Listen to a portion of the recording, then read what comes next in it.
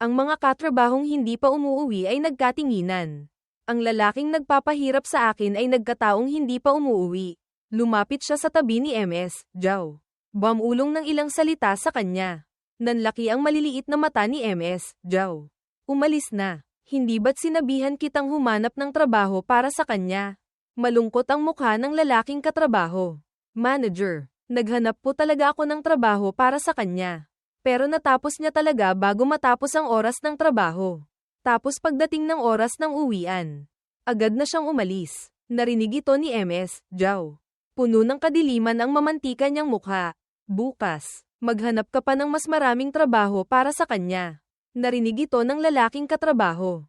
Nag-aalangan siyang tumango. Hindi nagtagumpay si MS, Zhao, napahirapan ako. Galit siyang umalis. Kinabukasan, sariwa akong dumating sa opisina. Tulad ng kahapon, muling nagbigay ng gawain sa akin ang lalaking katrabaho. Sa pagkakataong ito, 3 kahon na ng dokumento ang kailangang ayusin. Tiningnan ko ang mga dokumentong iyon. Casual na sinulyapan ang petsa sa mga dokumento. Mga dokumento mula ilang taon na ang nakalipas. Kailangan pa bang ayusin? Tanga ka ba o tanga ako? Medyo hindi mapakali ang tingin ng lalaking katrabaho. Pero matigas pa rin ang bibig. Isang trainee. Kung ano ang ipinapagawa sa'yo, gawin mo na lang. Huwag ka ng maraming Saturday. Buhatin mo na. Sinulyapan ko siya ng isang beses. Biglang sumili ang ngiti sa gilid ng labi ko. Sige. Isa-isa kong binuhat ang mga kahon ng dokumento papunta sa pwesto ko. Tapos, tulad ng kahapon, nagsimulang mag-ayos. Nakita ito ng lalaking katrabaho. Nasiyahang tumango, bumalik sa pwesto niya at nagsimulang magtrabaho. Mukha akong sobrang abala, pero nagkukunwari lang ako. Natukoy ko na ang mga gawaing ibinigay sa akin nitong 2 araw ay sadyang para pahirapan ako. Ang mga dokumentong iyon ay marahil hindi rin importante. Dahil hindi naman importante, hindi ako magiging tanga tulad kahapon.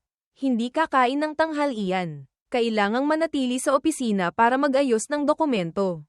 Tanghali, tumayo ako. Naghahandang pumunta sa kantin ng kumpanya para kumain. Nakita ito ng lalaking katrabaho. Agad siyang tumayo mula sa upuan niya. Daniel, saan ka pupunta? Sinulyapan ko siya ng isang beses. Walang ganang boses. Hindi ba lunch break na ngayon? Kakain ako. Kailangan mo pa bang tanungin? Natigilan ang lalaking katrabaho. Mukhang hindi natuwa. Napunta ang tingin niya sa pwesto ko. Tapos na ba ang trabaho mo? May mukha ka pang kakain. Sinulyapan ko ang hindi pa niya pinapatay na computer. Kung gayon, huwag ka na rin kumain. Automatikong sumagot ang lalaking katrabaho. Bakit? Malamig ang boses ko. Tapos na ba ang trabaho mo? Hindi pa tapos, di ba? Kung gayon, may mukha ka pang kakain. Umalingaw sa paligid ang mahihinang tawa. Namula ang mukha ng lalaking katrabaho. Tinaasan ko siya ng kilay. May mali ba akong sinabi? Sa sandaling ito, hindi makapagsalita ang lalaking katrabaho. Ang mga katrabaho sa paligid ay pinagtatawanan siya. Naiinis siya sa loob-loob niya. Wala akong pakialam kung kakain ka o hindi. Basta't yung 3 kahon ng dokumento. Kailangan mong ibigay sa akin bago matapos ang oras ng trabaho. Sinulyapan ko siya ng isang beses.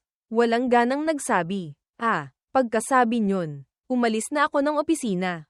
Ang kantin ng Fujitec Group ay kumuha ng magaling na chef. Napakasarap ng luto. Pumili ako ng 2 putaheng gusto ko. Tapos humanap ng pwesto sa sulok at umupo. Kakaupo ko pa lang. Akmang kakain na ng tanghalian. Biglang may narinig akong sigaw ng pagkagulat. Lumingon ako at nakita kong pumunta rin pala sa kantin si Bea Alonzo. Kumuha si Leo ng pagkain para sa boss niya tapos nagsimulang humanap ng upuan. Tumingin siya sa buong kantin. Mukhang sa tapat ko na lang ang may bakanteng upuan. Naglakad si Bea papunta sa akin. Malamig ang boses. Walang nakaupo dito, di ba? Nilunok ko ang tadyang sa bibig ko. Ngumiti at nagsabi, wala po. Diretsyong umupo si Bea sa tapat ko. Inilapag ni Leo ang tray ng pagkain sa harap ni Bea tapos siya na mismo ang humanap ng upuan. Kinuha ni Bea ang kubyertos at nagsimulang kumain. Napansin kong halos lahat ng tingin ay nakatuon sa amin. Kalmado akong kumain. Binuksan ang bibig at mahinang nagtanong. Bakit ka pumunta sa kantin ng mga empleyado? Walang pagbabago sa mukha ni Bea. Paminsan-minsan, Pumupunta ako rito para tumikim. Hindi naman masama ang pagkain dito. Ginamit ko ang pagkain para takpan ng ngiti sa gilid ng labi ko. Pumunta lang pala para tumikim ng pagkain sa kantin. Tumingala si Bea at tiningnan ako ng isang beses. Agad akong yumuko at nagkunwaring kumakain. Napakahina niyang sinabi, dahil alam kong makikita kita sa kantin. Pakiramdam ko, kung hindi ako kakain ng mabilis, mahuhuli ako. Pagkatapos kumain ng napakabilis, binuhat ko ang walang laman na tray at tumayo. Ms. Bea, kumain po kayo ng dahan-dahan. Hindi ko na po kayo iistorbohin. Pagkasabi nyon, mabilis akong umalis sa pwesto ko. Hindi nagtagal pagkaalis ko. Binuhat din ni Bea ang tray at umalis ng kantin. Ang mga lalaking katrabaho na gustong makisalo sa mesa ni Bea ay nanggagalaiti sa galit. Nakasakay si Bea sa elevator pabalik sa opisina nang bigla siyang makatanggap ng text mula sa akin. Bukas, huwag ka nang pumunta sa kantin ng mga empleyado. Hindi niya maintindihan. Nagtanong siya kung bakit. Sumagot ako, kung pupunta ka pa ng ilang beses, baka hindi ko na maitago ang nararamdaman ko para sa'yo. Pagbalik ko sa pwesto ko, saka lang ako nakatanggap ng sagot mula kay Bea. Isang maikling salita lang, sige. Ang mga lalaking katrabahong gustong magkataong makita si Bea ay pinutol ko ang kanilang mga balak sa isang pangungusap. Si John Cruz ay isa sa kanila. Huli siyang dumating kaya hindi niya nakita ang eksenang kumakain kami ni Bea sa iisang mesa. Pero nalaman pa rin niya ang nangyari mula sa bibig ng ilang lalaking katrabaho. Kahit bago lang si John, maganda ang pakikitungo niya sa mga tao. Siguro dahil galante siya, sa loob lang ng ilang araw, mabilis siyang nagkaroon ng ilang alipors. Ang balitang kumakain kami ni Bea sa iisang mesa sa kantin ay mula mismo sa mga lalaking katrabahong nandoon. Pagkarinig ni John, sobrang nagalit siya. Natatakot siyang kung mapapansin ako ni Bea. Wala na siyang pagkakataong makipag-alyansa sa kasal kay Bea. Kaya pagkatapos bumalik mula sa kantin, galit na lumapit si John sa mesa ko. Daniel, hayop ka. Pagkasabi nyon, itinaas ni John ang kamay. Akmang susuntukin ako. Diretsyong hinawakan ko ang pulso niya. John, may sakit ka ba? Kung may sakit ka, magpagamot ka. Huwag kang magwala sa harap ko. Pinandilatan ako ni John. Daniel, bitawan mo ako. Malamig akong napangisi. Bitawan kita. Bitawan kita para suntukin mo ako. Hindi mabawi ni John ang kamay niya kaya pinandilatan na lang niya ako ng masama. May mukha kang gumawa. Takot kang sabihin ng iba. Wala na akong masabi. Ano bang ginawa ko? Ang ingay namin ay nakaakit ng maraming tao na dumating para manood ng gulo. Sa harap ng lahat, inakusahan ako ni John na nilalandi ko si Bea. Pagkarinig ko, sandaling nablangko ang isip ko. Nakitang hindi ako nagsasalita. Inakala ni John na inaamin ko kaya lalo siyang yamabang at nang insulto. Daniel, hindi mo ba tinitingnan ang sarili mo? Nangangarap ka pa sa isang tulad ni Ms. Bea. Karapat-dapat ka ba? Talagang natawa ako. Hindi ako karapat-dapat. Ikaw ba ang karapat-dapat? Hindi ka ba tumitingin sa salamin para makita kung anong itsura mo? Umalingaw sa paligid ang mahihinang tawa. Namula at namutla ang mukha ni John sa sinabi ko. Mas makulay pa kaysa sa color palette. Inirapan ko siya. Alam mo ba kung anong nangyari tapos hahanapin mo ako para pagbintangan? Sino ka ba sa akala mo? Alam kong nagmamadali ka, pero hindi pwedeng bunganga mo na lang ang nagbubuga. Lalong nagalit si John. Daniel, naglakas loob kang murahin ako. Hindi pa sapat na sinuhulan mo ang manager. Nilalandi mo pa si Ms. Bea. Hindi ko napigilan. Diretsyong sinampal ko si John. Alam kong masakit kang magsalita. Hindi ko inaasahang ganito kasakit. Sinipsip ko ang manager. Ngayon, linawin natin to. Saan mo nakitang sinuhulan ko ang manager? Nakita mo bang nagbigay ako ng pera sa kanya o nakita mong nilibre ko siyang kumain?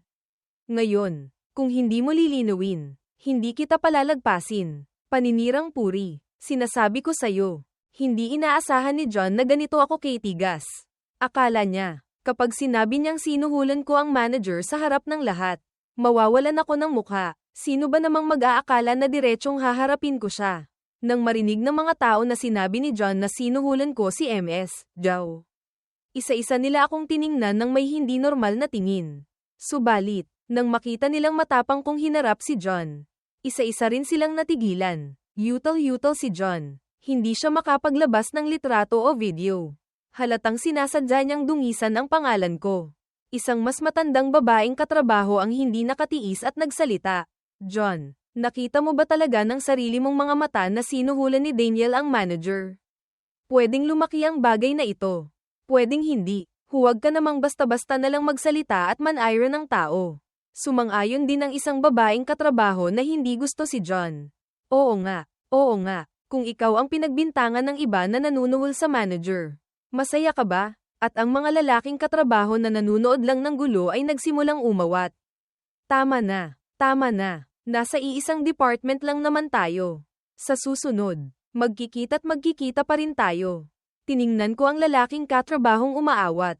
Malamig akong napangisi. Kung gayon, kung sasabihin ko sa iba na maliit ka, masaya ka ba? Lahat ng lalaki ay ayaw masabihang maliit.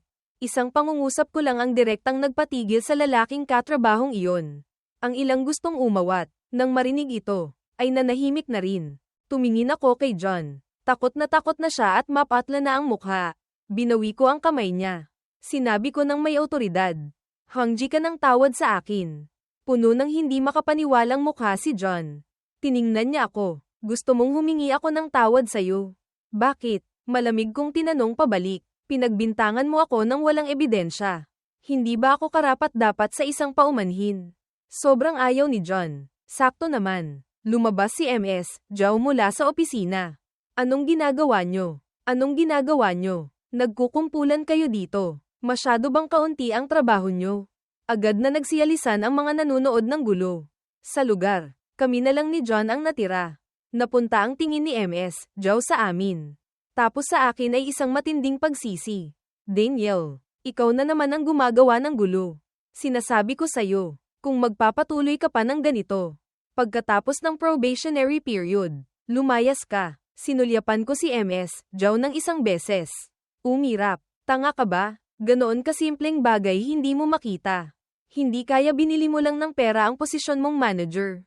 Isang casual na sabi ko lang pero nagdulot ito ng bahid ng pagkataranta sa mukha ni MS, Zhao. Anong pinagsasabi mo? Wala kang trabaho. Bumalik ka na sa trabaho mo. Palalagpasin ko na to ngayon. Huwag na kayong mag-away pa. Pagkasabi nyon, hindi na nang ahas pang magtagal si MS, Zhao. Nahihiyang tumakbo palayo. Akala pa naman ni John na si MS, Zhao ang magbibigay ng hustisya para sa kanya. Hindi niya inaasahan na ilang salita ko lang ay napatakbo ko na siya. Umirap si John. Akmang tatalikod para umalis. Pero hinawakan ko ang braso niya. Mag-sorry ka. Natigilan si John. Daniel. May sakit ka ba? Malamig ko siyang tinanong pabalik. Oo nga, may gamot ka ba? Talagang hindi na makatiis si John. Mabilis siyang nagsabi sa akin ng, sorry, tapos nahihiyang bumalik sa pwesto niya. Nakatanggap na ako ng paumanhin mula kay John. Sinulyapan ko ang mga katrabahong iyon. Pinagbintangan ako ni John na nanunuhol kay MS, Zhao. Kung hindi ko ito aayusin agad, iisipin ng iba na nahihiya ako. Na talagang may hindi tamang relasyon kami ni MS, Zhao. Ang pinakamagandang paraan ay magwala. Takutin ang lahat. Maganda na ang mood ko. Bumalik ako sa pwesto ko. Nagsimulang maging abala sa trabaho. Buong hapon, tahimik ang opisina. Hindi na nang ahas pang guluhin ako ni John. Si Tony Chua ay ilang beses na akmang magsasalita pero pinigilan ang sarili. Sa huli ay walang nasabi kahit isang salita. Bago matapos ang oras ng trabaho. Binuhat ko ang naayos na dokumento papunta sa mesa ng lalaking katrabaho. Tapos na ang trabaho ko. Oras na ng uwian. Mauuna na ako. Ang lalaking katrabaho ay natigilan muna ng ilang segundo. Nakitang akma na talaga akong aalis. Agad siyang nagsalita para tawagin ako pabalik. Sandali, ganyan karaming dokumento. Natapos mo nang ayusin lahat? Oo nga, kung hindi ka naniniwala, tingnan mong mabuti. Tingnan mo kung natapos ko ba talagang ayusin. Ang lalaking katrabaho, tulad ng kahapon, ay binuklat ang ilang dokumento sa ibabaw. Na lamang talagang naayos na lahat. Sa sandaling ito, napakapangit ng ekspresyon niya. Magalang akong ngumiti sa kanya. Walang problema, di ba? Pwede na ba akong umalis? Pagkasabi nyon, diretsyong lumakad ako palabas ng opisina. Puno ng pagkabigla ang mukha ng lalaking katrabaho. Ngayon, sinadya niyang doblehin ang 2 kahon ng dokumento. Natapos pa rin ni Daniel bago matapos ang oras ng trabaho. Lumabas si MS, Zhao mula sa opisina. Napunta ang tingin sa bakanteng pwesto ko. Ang ngiti sa mukha niya ay agad na napalitan ng pagkabigla. Anong nangyari? Nasaan si Daniel? Medyo natatakot na lumapit ang lalaking katrabaho. Manager Zhao, si Daniel. Umuwi na po siya. Puno ng hindi makapaniwalang mukha si MS, Zhao. Ano? Umuwi na naman. Yutal-yutal ang lalaking katrabaho. Opo, opo. Napakapangit ng ekspresyon sa mukha ni MS, Zhao. Pinandilatan niya ang lalaking katrabaho. Anong nangyari? Hindi ba't sinabihan kitang mag-ayos ng mas maraming trabaho para sa kanya? Malungkot na ikinwento ng lalaking katrabaho ang nangyari. Hindi ko rin po alam kung paano natapos ni Daniel. Pero natapos niya po. Ang huling tatlong salita ay hindi na nang ahas pang sabihin ng lalaking katrabaho. Hindi naniniwala si MS, Zhao na sa dobleng dami ng trabaho. Matatapos ni Daniel, kaya lumapit siya sa harap ng tatlong kahon ng dokumento. Pagtingin pa lang niya, ang mga dokumento sa ibabaw ay talagang maayos na naayos. Pero pagbuklat niya pababa, natigilan sina MS, Zhao at ang lalaking katrabaho dahil ang inayos ko lang pala ay ang mga nasa ibabaw. Ang mga nasa ilalim ay hindi ko ginalaw. Ang dalawang kahon ng dokumento sa ilalim ay walang kahit anong senyales na naayos. Sinampal ni MS, Zhao ng isang beses ang mukha ng lalaking katrabaho. Bulag ka ba? Yung mga dokumento sa ilalim hindi naayos.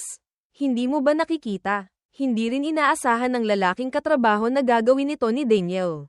Hindi siya nang ahas na umimik. Sa totoo lang, hindi nang ahas si MS, Zhao na palakihin ang bagay na ito. Sinadya niyang gusto akong mag-overtime kaya niya inutusan ang lalaking katrabaho na mag-ayos ng ganitong trabaho para kay Daniel. 2 araw ng sunod-sunod, nabigo ang plano ni MS, Zhao. Galit na galit si MS, Zhao sa puso niya. Pero hindi niya alam kung saan ibubuhos. Biglang kumislap ng liwanag ang mga mata ni MS, Zhao. Hindi gumana ang paraang ito. May iba pa siyang paraan. Hinding-hindi niya palalagpasin si Daniel ng ganon kadali. Pagkatapos ng trabaho, pumunta pa rin ako sa underground parking. Si Bea ay nag-aasikaso ng trabaho sa loob ng kotse. Narinig ang ingay, lumingon at nakita ang ngiti sa mukha ko. Mukhang masaya si Daniel. Ngumiti akong sumakay ng kotse. Oo nga, medyo masaya talaga ngayon. Ngumiti siyang nagtanong sa akin. May nangyari bang magandang bagay? Hindi ko sinabi ang totoo. Sinabi ko lang na may narinig akong kapaki-pakinabang na chismis sa department. Hindi na nagtanong pa si Bea. Inihatid niya ako pauwi. Kinabukasan, hindi maganda ang panahon. Mukhang uulan. Natakot ang driver na baka hindi ako komportable sumakay ng bus. Pinilit niyang ihatid ako malapit sa kumpanya. Alam kong mabuti ang intensyon ng driver. Hindi na rin ako tumanggi. Pagdating ko pa lang sa opisina, bumuhos na ang malakas na ulan sa labas. Pagdating ni Tony, basang-basa siya. Mukhang kawawa at nakakaawa. Agad kong iniabot ang panyo ko. Tony, okay ka lang ba? Nagpasalamat si Tony. Tinanggap ang panyo kong iniabot at pinunasan ang mukha niya. Kumunat ang noo ko. Bakit ka naging ganyan? Hindi nagsalita si Tony. Sakto naman. Pumasok si John. Nakita ang itsura ni Tony na parang basang sisiw.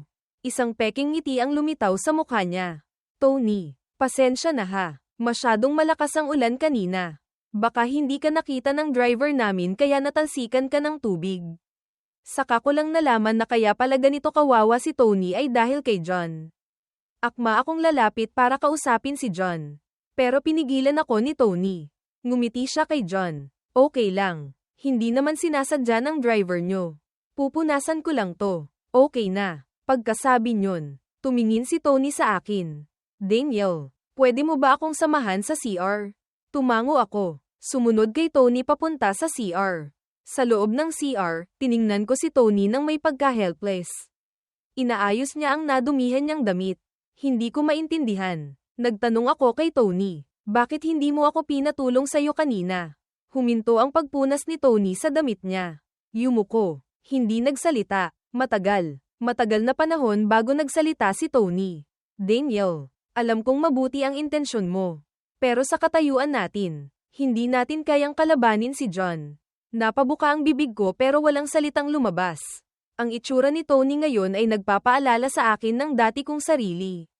Tumingala si Tony. Okay lang. Titiisin ko lang to. Lilipas din. Bumantong hininga ako. Sige. Kung may kailangan ka, sabihin mo lang ha. Kung kaya kong tumulong, tutulong ako. Tumango si Tony. Tiningnan ang damit sa katawan niya.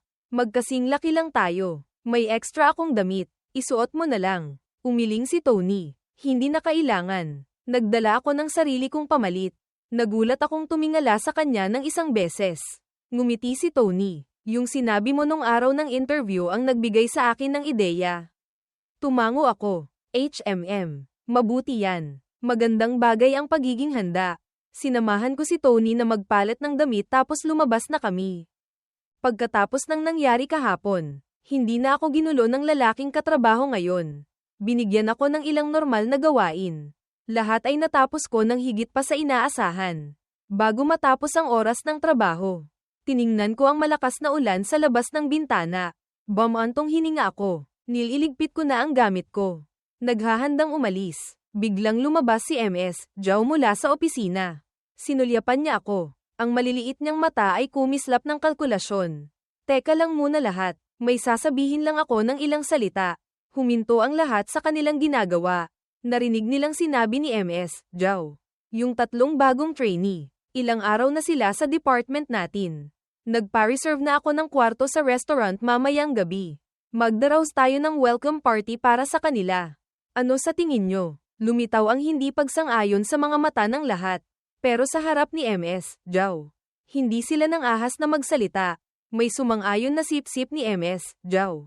Napunta ang tingin ni MS, Zhao sa akin. Ang welcome party ay para sa inyong 3. Hindi naman siguro kayo tatanggi. Di ba? Ngumisi si John. Syempre hindi. Tony, hindi ka naman siguro tatanggi. Di ba? Naharap si Tony sa tingin ni John tapos agad na yumuko. Kung gayon, tara na, sa totoo lang. Ayokong pumunta, pero pupunta sina Tony at John. At halatang sinasadya ito ni MS, Zhao. Kahit hindi ako pumunta ngayon, gagawan pa rin niya ako ng gulo sa susunod. Ngumiti akong tumango. Sige, tara na. Lalong lumawak ang ngiti sa mukha ni MS, Zhao. Isang grupo ng tao ang bumaba ng hagdan. Umuulan pa rin sa labas. Tumayo lang ang lahat sa pinto. Naghihintay ng taxi. Isang itim na kotse ang huminto sa harap ng kumpanya sa sandaling ito. Bumaba ang isang driver. May hawak na payong. Lumapit kay John. Young Master, nandito na po ako para sunduin kayo. Sa ilalim ng humahangang tingin ng lahat, sumakay si John sa kotse. Para ipakita ang kanyang pagiging galante. Inimbitahan pa ni John ang 2 alipors niya na sumabay sa kotse. Ang iba ay naiinggit lang na pinanood silang mauna. Pagkatapos, sunod-sunod nang huminto ang mga taxi. Tiningnan ko ang mga katrabahong isa-isang umaalis. Isang iglap lang. Kami na lang ni Tony at 2 babaeng katrabaho ang natira sa pinto. Lalong lumalakas ang ulan. Mahirap ding makakita ng bakanteng taxi sa kalsada. Sakto namang nahihirapan kaming umalis. Huminto ang kotse ni MS, Zhao sa harap ng kumpanya. Bumaba ang bintana. Sinabi ni MS, Zhao sa amin. Sumabay na lang kayo sa kotse ko. Mabilis na sumakay sa likod ang 2 babaeng katrabaho. Nag-alinlangan sandali si Tony. Sumakay na rin sa likod. Ngayon, ang passenger seat na lang sa harap ang bakante. Sabay-sabay na tumingin sa akin si MS, Zhao at ang 3 pa. Nakatayo pa rin ako sa pinto ng kumpanya. Daniel, hindi ka ba sasakay? Ayoko talagang sumakay. Kinawian ko ang kamay. Hindi na po kailangan. Manager Zhao, nakapag-book na po ako ng Grab. Isang ride-hailing service. Pero para patunayan ang sinabi ko. Isang itim na kotse ang huminto sa likod ng kotse ni MS, Zhao. Bumaba ang driver na may hawak na payong. Lumapit sa harap ko. Customer na may huling numero ng telepono na *********, tama po ba? Tumango ako. Inalalayan ako ng driver paakay ng kotse bago siya umikot papunta sa driver's seat. Nakitang hindi pa rin umaalis ang kotse ni MS, Zhao. Diretsong bumusina ng ilang beses ang driver. Hindi maganda ang itsura ni MS, Zhao pero napilitan pa ring paandarin ang kotse palayo. Sa loob ng kotse ko, mayabang na nagsabi ang driver. Second young master, hindi naman po masama ang acting ko. Di ba? Ngumiti akong tumango. Magaling nga. Mukhang totoo. Mukhang mayabang ang driver. Pero mabilis na naging seryoso ang itsura niya. Second young master, gusto niyo po ba talagang pumunta sa welcome party na yun? Tumango ako. Isang welcome party lang naman. Walang problema. Kaya lang, pakihintay na lang po ako sa parking lot. Agad na nagsalita ang driver. Walang problema po, kahit ano pong ipagawa nyo. Tumango ako. Nagte-text ako kay Bea sa telepono. Nagkataon din. Kailangang mag-overtime ni Bea ngayong gabi.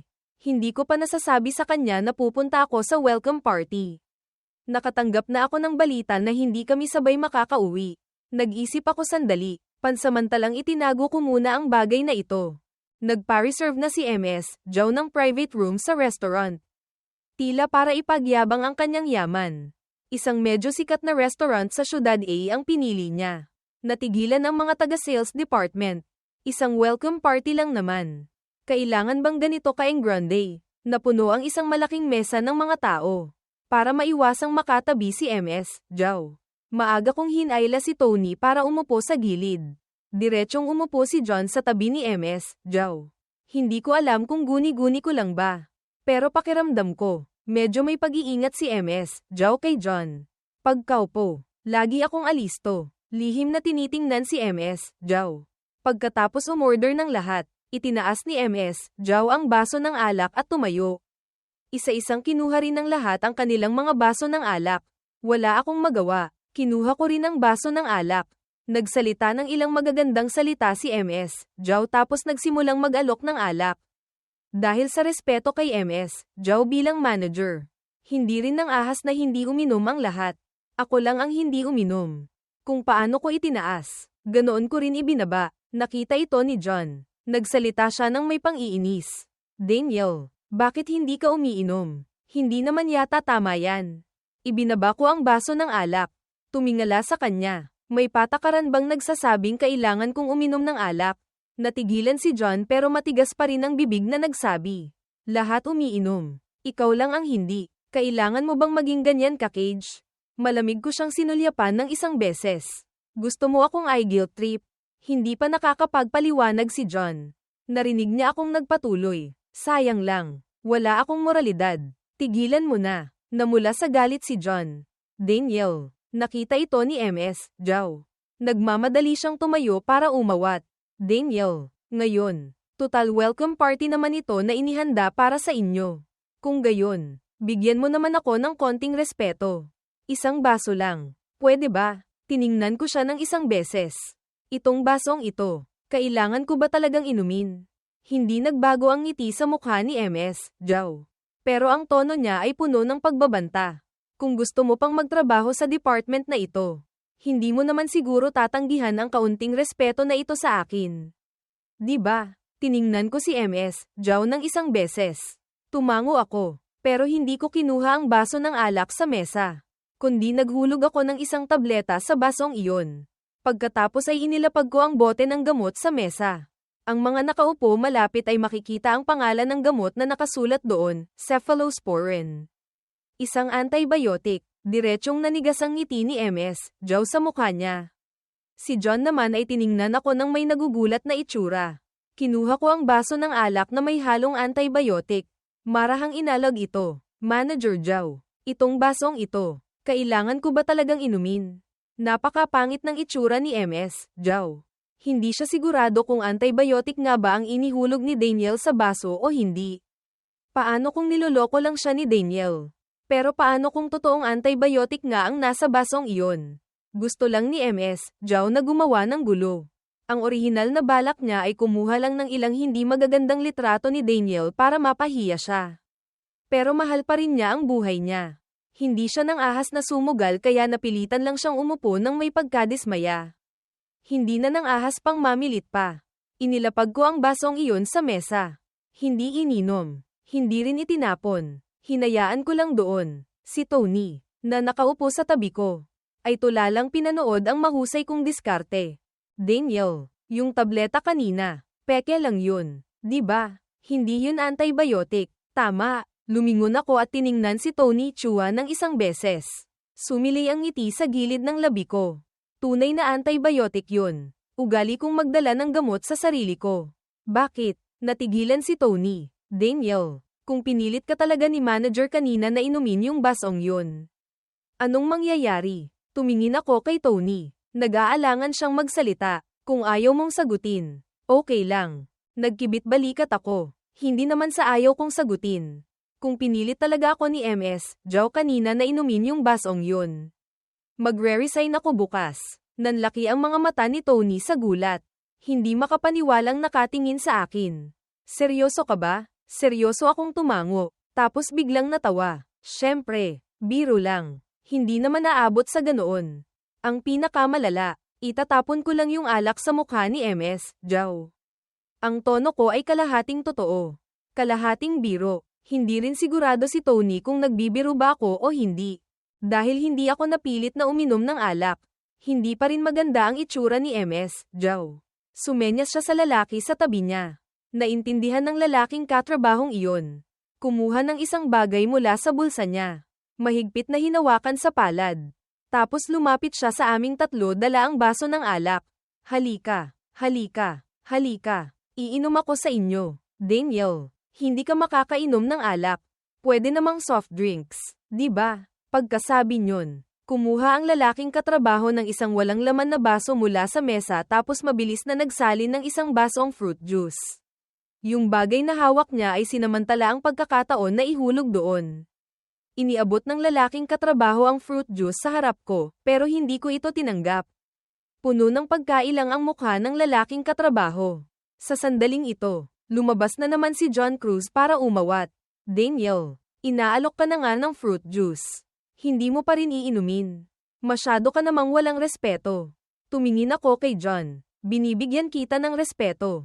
Ikaw na lang ang uminom nito para sa akin. Natigilan si John. Nagmamadaling umawat si Tony. Tama na. Tama na. Huwag na kayong mag-away. Ayaw uminom ni Daniel. Ako na lang ang iinom para sa kanya. Pagkasabi niyon, inagaw ni Tony ang baso ng fruit juice mula sa kamay ng lalaking katrabaho. Inisang lagok niya ito. Hindi pa nakakapag-react ang lalaking katrabaho. Naubos na ni Tony ang fruit juice. Napansin kong automatikong sumulyap ang lalaking katrabaho kay MS, Joe. Naramdaman kong siguradong hindi simple ang bagay na ito. Tama nga, hindi nagtagal pagkatapos uminom ni Tony ng fruit juice. Nahilo na siya. Inalag-alog niya ang ulo niya pero medyo nahihilo pa rin siya. Habang inoobserbahan ko ang kalagayan ni Tony, lihim akong sumulyap kay MS, Joe. Ang lalaking katrabaho na nag-alok ng alak kanina ay may sinasabi ngayon kay MS, Joe. Hindi na ako pwedeng magtagal pa rito. Bigla akong tumayo. Sabay-sabay na napunta sa akin ang tingin ng lahat. Hindi maganda ang pakiramdam ni Tony. Mauuna na kami. Ako ang nag-iisang hindi uminom ng kahit isang patak ng alak sa syudad. Mabilis akong kumilos bago pa ako mapigilan ni MS, Joe o ng iba. Ainalalayan ko si Tony palabas ng hotel. Bago kami bumaba, nagpadala na ako ng text sa driver namin. Paglabas ko nakalahating yakap si Tony. Nakahinto na ang sasakyan ng driver sa pinto. Isinakay ko si Tony sa likod. Malamig ang mukha kong sinabi sa driver. Punta tayo sa ospital. Hindi na nag-atubili ang driver. Inapakan ng accelerator. Mabilis na tumakbo ang sasakyan papunta sa pinakamalapit na ospital. Dinala si Tony sa emergency room. Maingat pa akong nagpa-request sa doktor ng blood analysis report para kay Tony. Mabilis na bumalik ang doktor dala ang resulta ng test. Sinabi niya sa amin na may nakitang sleeping pill sa dugo ni Tony. Nagkatinginan kami ng driver. Walang masyadong gulat sa aming mga mukha. Papunta pa lang. Nahulaan ko na ang 7 o 8 bahagi nito. Pero nang hawak na talaga ng doktor ang resulta at sinabi ito sa akin. Medyo nagulat pa rin ako. Naging napakadilim ng itsura ng driver. Nang malaman niyang si Tony ang uminom ng fruit juice na iyon para sa akin. Lalo pang nagdilim ang itsura niya. Second young master. Ano po ang dapat nating gawin ngayon? Hindi rin maganda ang itsura ko, pero mabilis akong kumalma. Sa ngayon, huwag muna nating sabihin. Kahit may blood report tayo. Wala tayong konkretong ebidensya sa bagay na ito. Malinaw kong naisip. Kung ang lalaking katrabahong iyon ang naglagay ng gamot. Pero wala akong kahit anong ebidensya. Tinurukan ng gamot ng doktor si Tony. Nagising siya papauwi na kami.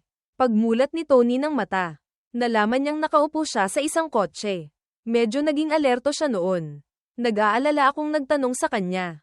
Tony, okay ka lang ba? Paglingon ni Tony, nakita niya ako. Medyo naguluhan siya. Anong nangyari sa akin? Nginitian ko siya. Nalasing ka. Maaga kitang isinama pa uwi. Saan ka nakatira? Ihahatid kita. Lumingon si Tony at nakita ang driver sa harap. Tiningnan niya ang driver tapos ako. Nahulaan ko kung ano ang gusto niyang itanong. Casual akong nagsabi. Nag-grab ako. Kanina sa pinto ng kumpanya. Sumakay si Tony sa kotse ni MS, Jow. At noong panahong iyon, napakalakas ng ulan. Kung ano ang itsura ng driver. Hindi niya alam. Kaya nang sabihin kong nag-grab ako. Hindi na rin nagduda si Tony Chua. Tumingin si Tony sa langit. Nag-isip sandali. Tapos sinabi pa rin ang address ng bahay niya. Direktang nagmaneho ang driver papunta sa address na sinabi niya. Hindi nagtagal. Huminto ang sasakyan sa harap ng isang lumang residential complex. Nagmamadaling bumaba si Tony. Napakabait ng driver. Akmang iaabot ang payong sa kanya. Pero tinanggihan ito ni Tony. Salamat sa gabing ito, Daniel. Mauuna na akong umuwi. Pinanood ko si Tony na pumasok sa hallway bago ko sinabihan ang driver na umikot na pauwi. Pagka-uwi sa bahay, naligo muna ako. Paglabas ko, nakita ko si Bea Alonzo na nakatayo sa kwarto ko. Automatiko kong sinulyapan ang pinto ng kwarto. Tapos lumapit ako sa tabi niya. Ang lakas din naman ng loob mo. Paano kung noong naliligo ako? Hinanap ako ni kuya o ni ate. Hindi ka ba mahuhuli? Kahit ganito ang sinasabi ng bibig ko. Niyakap ko pa rin siya. Bahagyang kumerba ang gilid ng labi ni Bea. Ipinulupot ang dalawang kamay sa leeg ko. Bakit ang tagal mong umuwi? Kumislap ang pagkataranta sa ilalim ng mga mata ko pero hindi ito nakaligtas sa mga mata ni Bea. Tiningnan niya ako ng may ngiti. May sikreto ka. Agad akong umiling. Wala naman. Nagkaroon lang ng gathering ang department namin ngayong gabi. Natakot akong istorbohin ka kaya hindi ko nasabi. Hindi nagbago ang ekspresyon ni Bea. Hindi ka uminom ng alak. Di ba? Agad ulit akong umiling. Syempre hindi. Kung hindi ka naniniwala, amuyin mo. Pagkasabi nyon, ibinuka ko ang bibig ko palapit sa mukha ni Bea. Buti na lang nagsipilyo ako bago lumabas. Talagang tumingala si Bea para suriin. Kaya lang, hinawakan niya ang mukha ko. Sumunod na bumaba ang halik. Nagtapos ang isang halik. Medyo hinihingal si Bea. Parusa sa Daniel namin. Ang pangit ng dahilan mo. Papalagpasin ko na lang. Ang totoo. Pagka-uwi ni Bea sa bahay ng mga Alonzo at hindi nakita ang ilaw sa kwarto ko na bukas. Pinaimbestigahan na niya agad kung nasaan ako. Nalaman niyang nagdi-dinner ako. Hindi na nagtanong pa si Bea.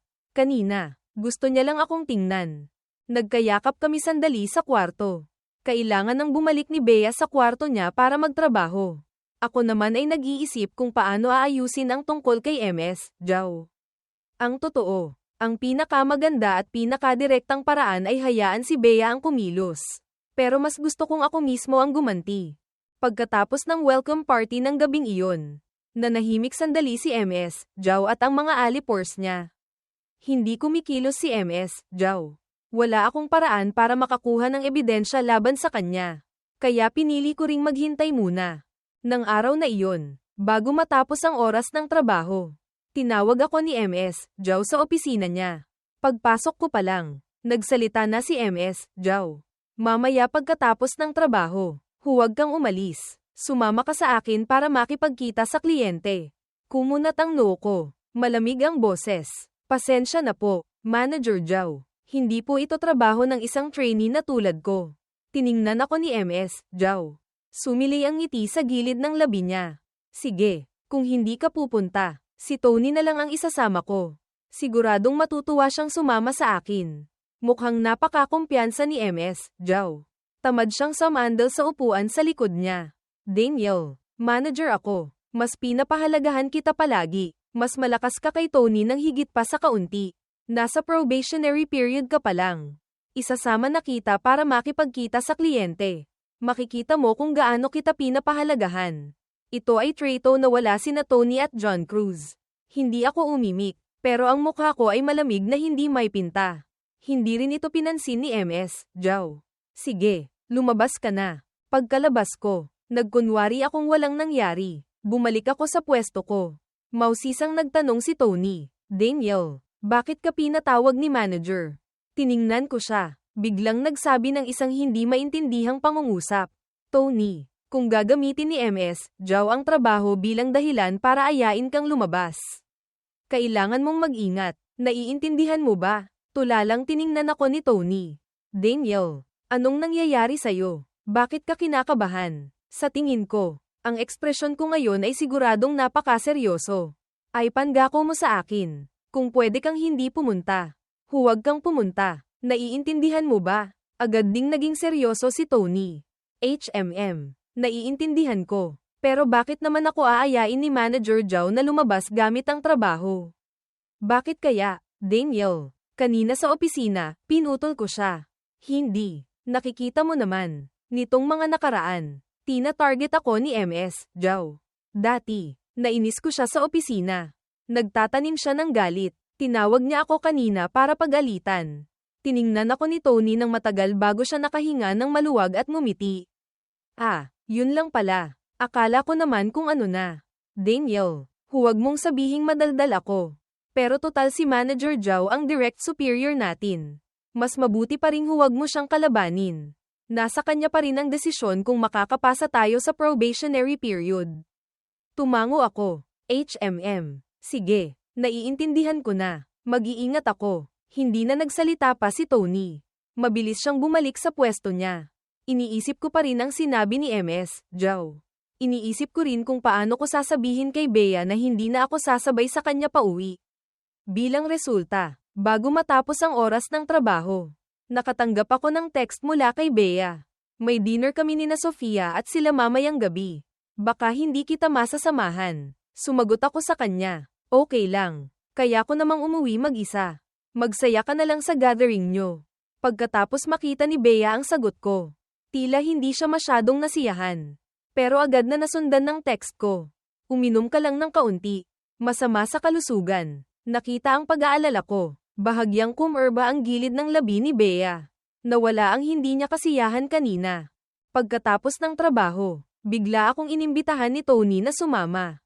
Pero tinanggihan ko. Pasensya na, Tony. May gagawin pa ako mamayang gabi.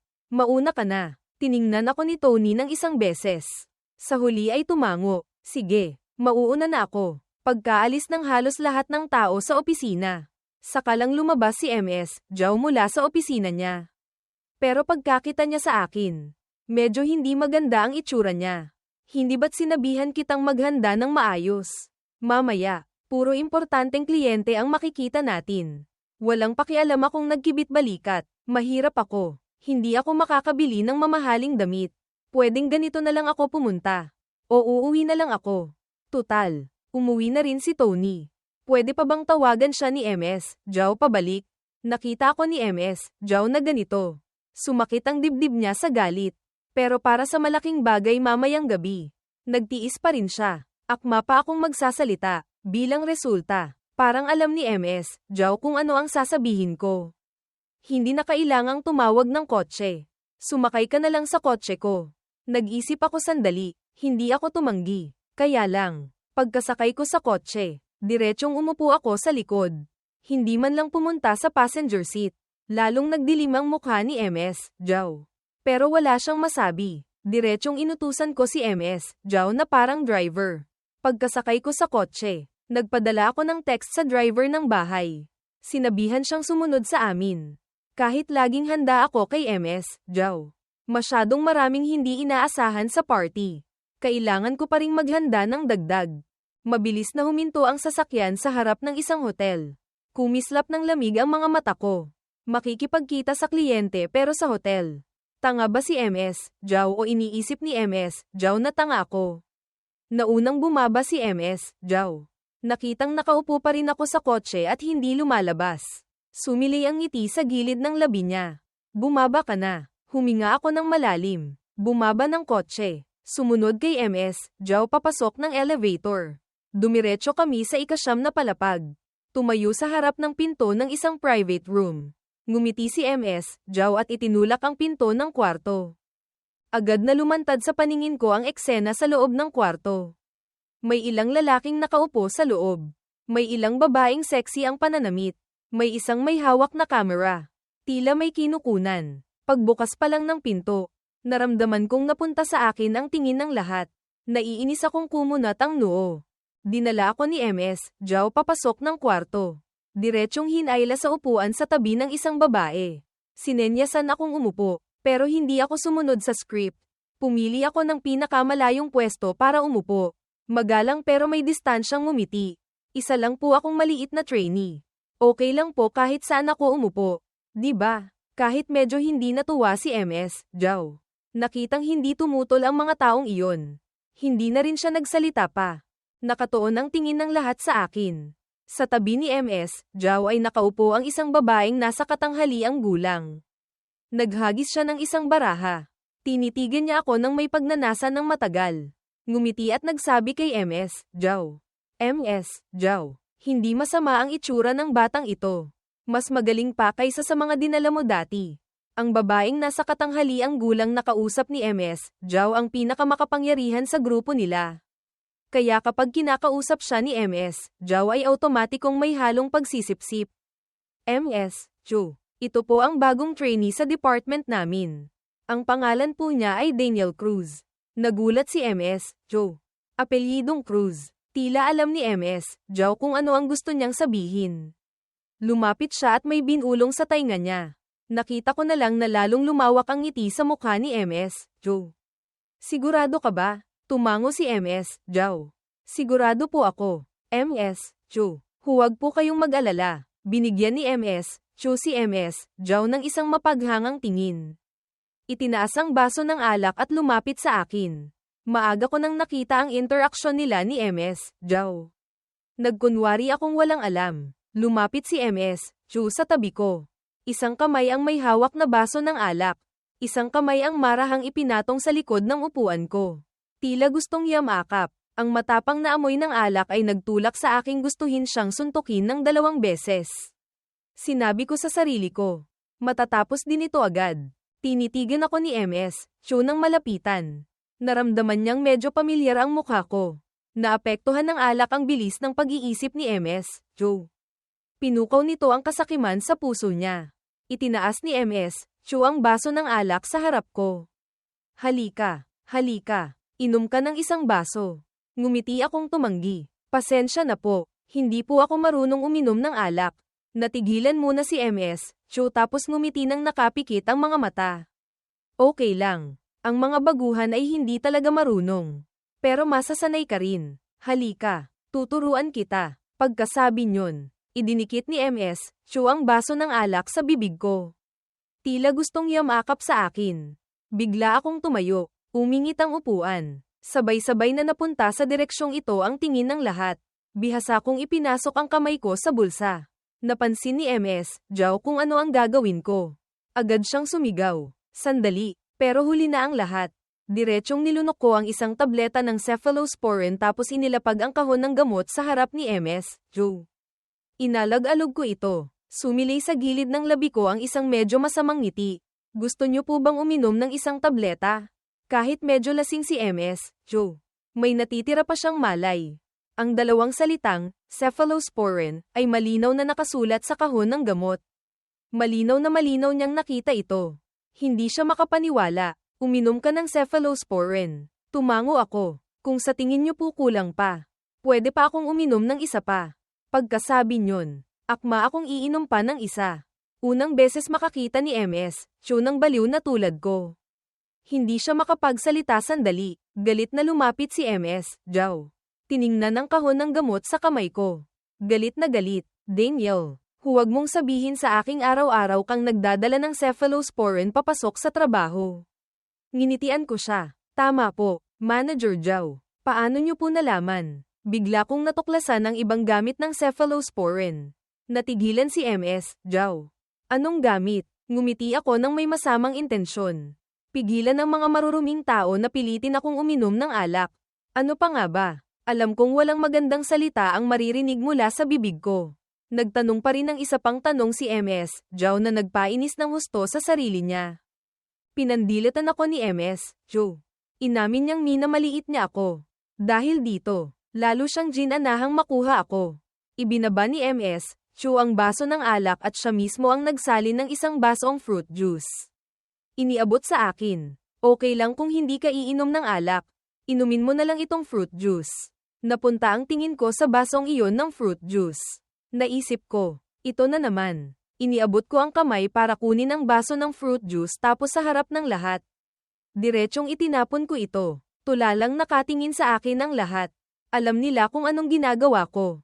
Kalmado kong inilapag ang walang laman na baso sa mesa.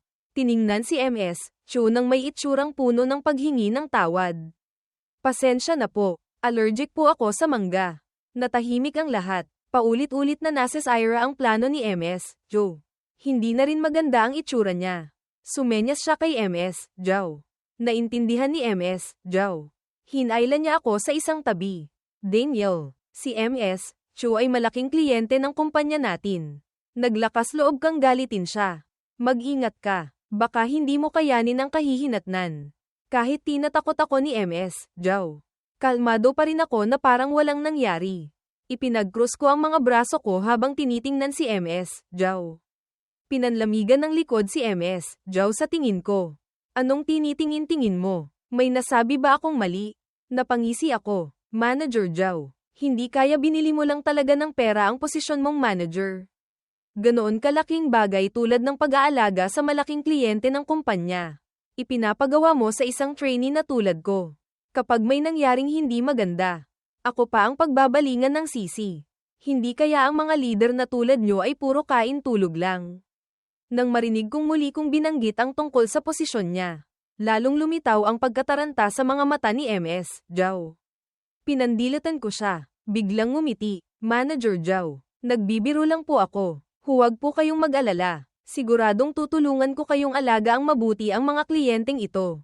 Pagkasabi nyon, misteryoso akong ngumiti kay MS, Joe. Naglakad ako papunta sa mga kliyenteng iyon. Kumuha ako ng isang walang laman na baso ng alak at lumapit sa harap ni MS, Joe. Akala ni MS, Joe naturuan na ako ni MS, Joe. Na alam ko na kung saan ako lulugar. Hindi niya inaasahan na diretsyong gagamitin ko ang walang laman na baso para alukin siya. Nakitang hindi umiinom si MS, Joe. Napakabait kong kinuha ang baso ng alak sa kamay niya. MS, Joe, ang galante niyo naman. Itong maliit na baso ng alak. Pahirap lang sa inyo. Diretsyong binuksan ko ang isang bagong bote ng red wine tapos isinuksok ko ang buong bote sa kamay ni MS, Joe. Tulalang tiningnan ni MS, Joe ang bote ng alak sa kamay niya tapos ako. Kalmado kong sinabi, MS, Joe, hindi naman siguro kayo walang respeto sa akin. Di ba? Nahikayat ko si MS, Joe ng ganito. Dagdag pa na umakyat na ang alak sa ulo niya. Kinuha niya ang bote ng red wine at nagsimulang uminom. Nakita ko ito. Agad akong nagsimulang mag-cheer. Ano pang tinitingin-tingin nyo dyan? Bilisan nyo. I cheer nyo si MS, Joe. Tulalang sumunod sa akin ang mga tao. Nagsimulang mag-cheer. Si MS, Joe naman. Kakainom pa lang. Nagsisi na agad. Gustong magpahinga sandali bago magpatuloy. O diretsyong sabihing hindi na iinom. Bilang resulta, dahil sa ganitong pag-cheer, napilitan lang siyang kumagit sa bala at magpatuloy uminom. Ang pulang alak ay tumulo mula sa gilid ng bibig niya. Namantsahan ng pula ang puting polo sa harap niya. Nag-click ako ng dila ng 2 beses. Hindi nakalimutang purihin si MS, Joe. Ang galing ni MS, Joe. Nakatayo lang si MS, Joe sa gilid. Walang magawa kundi panoorin si MS, Joe na ubusin ang buong bote ng red wine. Pagkatapos uminom ni MS, Joe, medyo lasing na siya. Ang puting polo sa harap niya ay puro na pulang alak. Ngumiti akong nagtanong kay MS, Joe. Iinom pa po ba kayo? Halatang medyo lasing na talaga si MS, Joe. Medyo yutal na ang pagsasalita niya. Hindi na iinom pa. Sobrang busog na. Nasiyahan akong tumango. Naayos na ang isang MS, Joe. Ibinaling ko ang tingin sa ilang tao sa tabi niya. Sabay-sabay na nanlamig ang likod ng mga taong iyon. May bahid ng takot sa kanilang mga mata.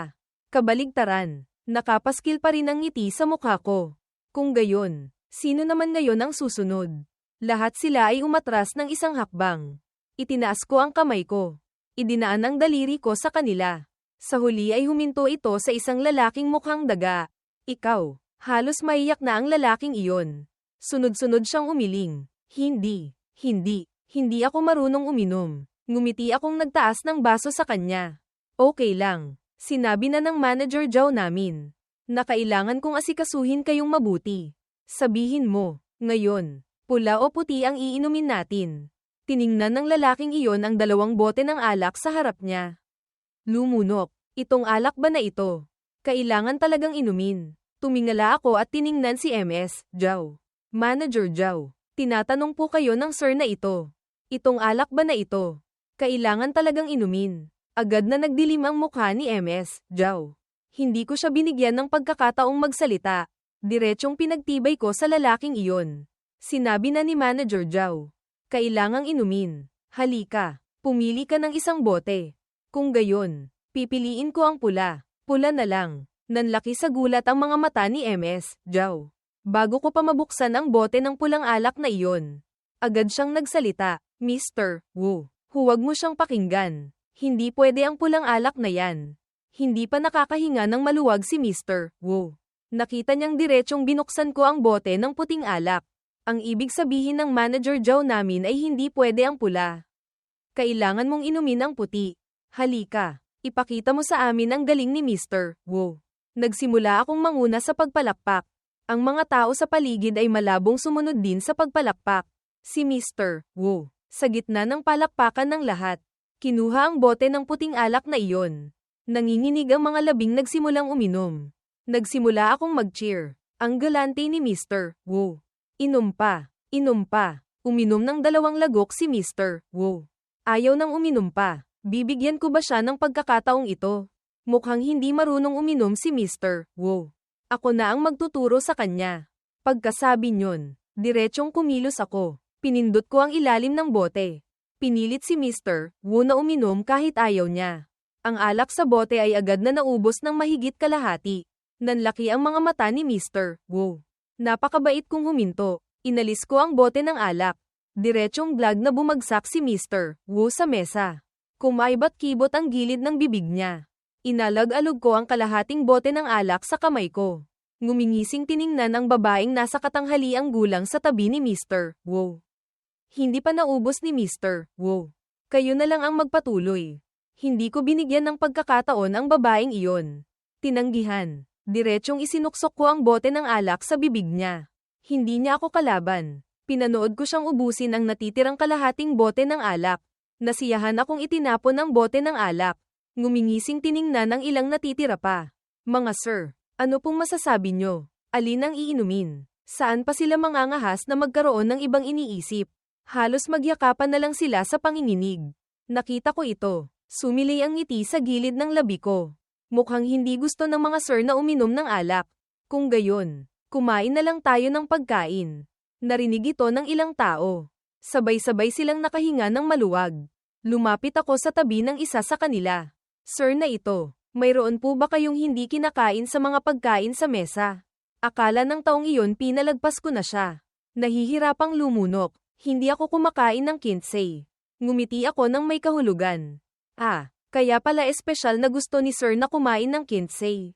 Waiter, ilang segundo lang. Isang waiter ang lumitaw sa pinto ng kwarto. Ngumingisi akong nagsabi sa kanya. Pakiusap, bigyan mo ako ng isang palangga ng kinsey. Salamat. Natigilan sandali ang waiter bago hindi siguradong nagtanong. Isang palangga na po, tumango ako. Oo, tama. Isang palangga na. Nagmamadaling nagsabi ang waiter. Opo, dadalhin ko po agad. Natigilan ng taong iyon. Akmang magsasalita, ngumingisi kong pinigilan ang balikat niya pababa. Sir, huwag kang magmadali. Malapit na. Isang patak ng malamig na pawis ang damaloy mula sa noo ng taong iyon.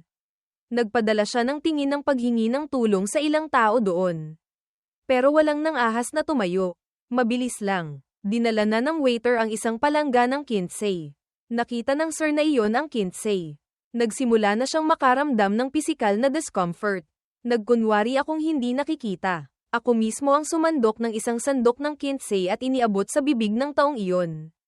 Sir, halika. Ako mismo ang magsusubo sa'yo. Sapat na ba ang sinseridad ko? Nang sabihin ko ang huling kalahati ng pangungusap, nakatingin ako kay MS, Zhao. Mahigpit na isinara ng taong iyon ang bibig niya. Ayaw talagang magbukas. Ibinaba ko ang sandok. Kinuha ang bote ng alak sa tabi. Kung gayon, uminom na lang tayo ng konti. Pagkarinig na kailangang uminom ng alak, agad natakot ang taong iyon. Kumuha ng isang dakot ng kinsey at isinubo sa sarili niyang bibig. Ngumiti ako. Kaya pala gusto ni Sir na siya mismo ang kumuha. Huwag kang magmadali, buong palanggana. Kumain ka lang ng kumain. Ang babaeng pinilit kumain ng isang palangganang kinsey ay umiiyak. Habang umiiyak ay isinusubo ang kinsey sa bibig niya. Kinuha ko ang bote ng alak at tumayo sa tabi. Sir, hindi ba medyo nakakaumay kumain ng kinsey? Uminom ka kaya ng konti para dumulas. Pagkasabi niyon, hindi ko binigyan ng pagkakataon ang taong iyon na mag-react. Mabilis ko na namang binuksan ang isang bote ng alak at isinuksok sa bibig niya. Kalahating bote ng alak ang pumasok sa tiyan niya. Diretsyong bumagsak ang ulo ng taong iyon sa palanggana ng kinsey. Natakot ang ilang tao sa tabi. Ngumingisi akong nagsabi sa kanila. Wala namang hindi kinakain Hindi lang sapat ang kinain. Tama ba ako, mga sir? Sa sandaling ito, wala nang pakialam sa itsura ang ilang tao. Nanginginig silang magkayakap. Tulalang nakatayo si MS, Zhao sa gilid. Hindi maintindihan kung bakit naging ganito ang lahat. Nang mahimasmasan siya, 4 na ang bumagsak na mga, sir. Ang mga natitira ay halos mamatay na sa takot. Agad na nagdilim ang mukha ni MS, Zhao. Daniel, anong ginawa mo? Malamig ko siyang sinulyapan ng isang beses. Umirap, bakit hindi ko pwedeng gawin? MS, Zhao, akala mo ba talaga na sa pamamagitan ng isang trabaho? Makokontrol mo na ako, kung hindi ako masaya sa trabahong ito. Ang pinakamalala ay magpalit ako ng iba. Gusto mo akong sumuko, managinip ka. Galit na galit si MS, Zhao na nanginginig ang buong katawan. Nanginginig niyang itinuro ako. Biglang kumurba ang gilid ng labi ko. Muntik ko nang makalimutan ka. Halika, Manager Zhao. Yung alak dati hindi mo ininom. Ngayon, babawi tayo ha. Pagkasabi niyon, mabilis akong sumugod sa harap ni MS, Zhao. Una siyang binigyan ng isang sampal. Tapos habang nasasaktan siya, binuksan ang bibig niya at isinuksok ang isang bote ng alak sa bibig niya. Isang kamay kong hinawakan ng mahigpit ang baba niya. Inom pa. Hindi ba't gusto mong uminom ng alak na inaalok ko? Bibigyan kita ng pagkakataong uminom hanggang sa magsawa ka. Ang kamay ko ay parang bakal na sipit. Hindi siya makawala, habang pinipilit uminom ng alak si MS, Zhao. Humihingi siya ng tulong sa mga tao sa tabi niya. Subalit walang nang ahas na tumulong. Mabilis na naubos ang isang bote ng alak. Nagsimula na ring pumuti ang mga mata ni MS, Zhao. Mukhang malapit ng himatayin. Ngumingisi ko siyang tiningnan. Nakitang malapit nang maubos ang bote ng alak na ito. Lumingon ako sa babae sa tabi. Ate, pakibukas pa ng isang bote. Salamat. Tulalang lumapit ang babaeng iyon. Talagang sinunod ang sinabi ko. Nagbukas ng isang bote ng alak at iniabot. Ngumingisi ko siyang pinasalamatan. Tapos itinapon ang bote ng alak na iyon. Isinuksok ulit ang bagong bote sa bibig ni MS, Zhao. Hindi pa nakakainom ng 2 lagok mula sa bagong bote. Nanlaki na ang mga mata ni MS, Zhao at diretsyong hinimitay. Itinapon ko ang bote ng alak. Lumingon at ngumiti ng parang walang nangyari sa ilang natitira pa. Mga sir, iinom pa ba tayo? Sunod-sunod silang kumaway ng kamay. Hindi na, hinding-hindi na iinom pa. Talagang natakot na ng husto ang ilang taong iyon. Tiningnan ang 5 taong napainom hanggang sa bumagsak. Lumunok sila. Nasiyahan akong tumango. Kung gayon, itong pagkain ba na ito? Kakainin pa ba natin? Umiling ulit sila. Hindi na, hinding-hindi nakakain pa. Nasiyahan ulit akong tumango. Kung gayon, pwede na ba akong umalis? Sa sandaling ito, sa mga mata ng mga, sir, na iyon. Isa talaga akong demonyo. Ang gusto lang nila ay mabilis na mapaalis ang demonyong ito. Hindi sila nang ahas na pigilan ako. Diretsyong hinayaan akong umalis. Bago ako umalis, hindi ko nakalimutang sip-in ng malakas si MS, Zhao na nakahiga sa sahig. Oo nga pala, itong pagkain na ito, si Manager Zhao na lang namin ang magbabayad. May pera siya. Itong mga bote ng alak na ito. Isama na rin sa bill niya. Basta't hindi bulag. Makikita naman. Ayaw kung ako ang gumastos. Siyempre tuwang-tuwa ang mga, sir, na iyon. Pero may isang, sir, na matalas ang mata na napansin. Ang ilang bote ng alak na binuksan ko ay yung mga pinakamahal. Ang totoo, sinadya ko talaga. Si MS, Zhao na hindi naghihintay sa magandang ugali. Gustong pagplanuhan ako. Hindi ako magdadalawang isip na hayaang damyugo muna ang pataka ni MS, Zhao. Mahal ni MS, Zhao ang pera. Sa pagkakataong ito, bigyan natin siya ng maliit na aral. Halatang pumunta ako para dumalo sa party. Pero dahil kailangan kong mag-ingat sa mga taong iyon, sa huli ay hindi ako nakakain kahit isang subo. Nag-iisip ako kung saan kakain. Paglabas ko pa lang ng pinto, nakasalubong ko agad ang isang pamilyar na anyo. Si Sofia ay halatang kara-rating lang. Pag-angat pa lang ng ulo, nakita niya akong lumabas mula sa private room. Nagulat muna siya sandali, tapos sumilay ang ngiti sa mukha niya. Brother-in-law, bakit ka galing dyan? Hindi naman dito yung private room na kakainan natin ah. Hindi pa nakasara ang pinto ng kwarto. Bahagyang tumagilid ang ulo ni Sofia. Nakita niya ang sitwasyon sa loob. Nang makita niya ang isang grupo ng mga babaeng nasa katanghaliang gulang na napainom hanggang sa bumagsak. Nagulat siya na hindi makapagsalita. Diretsyong iniabot ko ang kamay at isinara ang pinto. Hinayla si Sofia sa isang tabi. Sofia, may hihilingin sana ako sa'yo. Tulalang tiningnan ako ni Sofia. Tumango, kaya ikinwento ko ang nangyari ngayong gabi. Simpleng sinabi sa kanya. Sinadya kong laktawan ang tungkol sa pagpaplano sa akin ni MS, Zhao. Pero sino ba si Sofia? Ganitong klaseng bagay. Isang tingin lang niya. Alam na niya kung ano ang nangyari. Sa pag-iisip na may nang-ahas na pagplanuhan ako. Naging napakapangit ng itsura ni Sofia. Akmang papasok sa kwarto para manakit ng tao. Mabilis ko siyang hinayla pabalik. Sofia, okay lang. Naayos ko na lahat. Ayokong malaman ito ni Bea. Tulungan mo akong itago ito. Pwede ba? Pati na rin sina kuya at ate ko. Pakiusap. Walang magawang pumayag si Sofia. Sige, pwede kong hindi sabihin kina Bea at Catherine. Pero ngayon lang to ha. Madaldal ako. Hindi ako sigurado kung hindi ako madudulas. Ngumiti akong nagpasalamat. Kinawi ni Sofia ang kamay. Biglang naging mausisa. Lumapit sa tabi ko. Pero teka lang, brother-in-law. Lahat ba ng mga taong yun? Ikaw ang pumilit uminom hanggang sa malasing. Nagulat muna ako sandali tapos tumango. Tinitigan ako ni Sofia sandali. Isang patak ng alak. Hindi mo natikman. Alam ni Sofia kung gaano kababa ang tolerance ko sa alak, kaya nang malaman niyang hindi ako uminom ng kahit isang patak pero napalasing ko ang 5 babaeng nasa katanghaliang gulang. Nagulat siya ng kalahating araw. Hindi makapagsalita. Simpleng ikinwento ko ang mga nagawa ko kanina. Nakinig si Sofia hanggang sa magningning ang mga mata niya. Ang galing mo, brother-in-law. Kinawian ko ang kamay. Sakto lang. Tandaan mong itago ito ha. Tumango si Sofia. Biglang nagtanong sa akin. Brother-in-law. Hindi ka pa kumakain, di ba? Sabay na tayo. Noong una. Tatanggihan ko sana pero bigla kong gustong makita si Bea kaya tumango ako at sumunod kay Sofia papunta sa private room na ni-reserve nila. Ang private room ni na Sofia at ng iba pa ay nasa 10th floor. Itinulak ni Sofia ang pinto. Misteryosong ngumiti sa mga tao sa loob. Hulaan niyo kung sino ang dinala ko. Tiningnan siya ng ilang tao sa kwarto. Walang nagsalitang humula. Naramdaman ni Sofia na hindi ito masaya kaya diretsyong tumabi para ipakita akong nakatayo sa likod niya. Binati ko ang lahat sa kwarto. Hindi naman siguro istorbo kung dadagdag ako ng isang bibig. Kakain lang. Nang makita akong lumitaw, agad tumayo si Bea mula sa upuan. Mabilis na lumapit sa tabi ko. Hinawakan ang kamay ko at dinala papasok ng kwarto.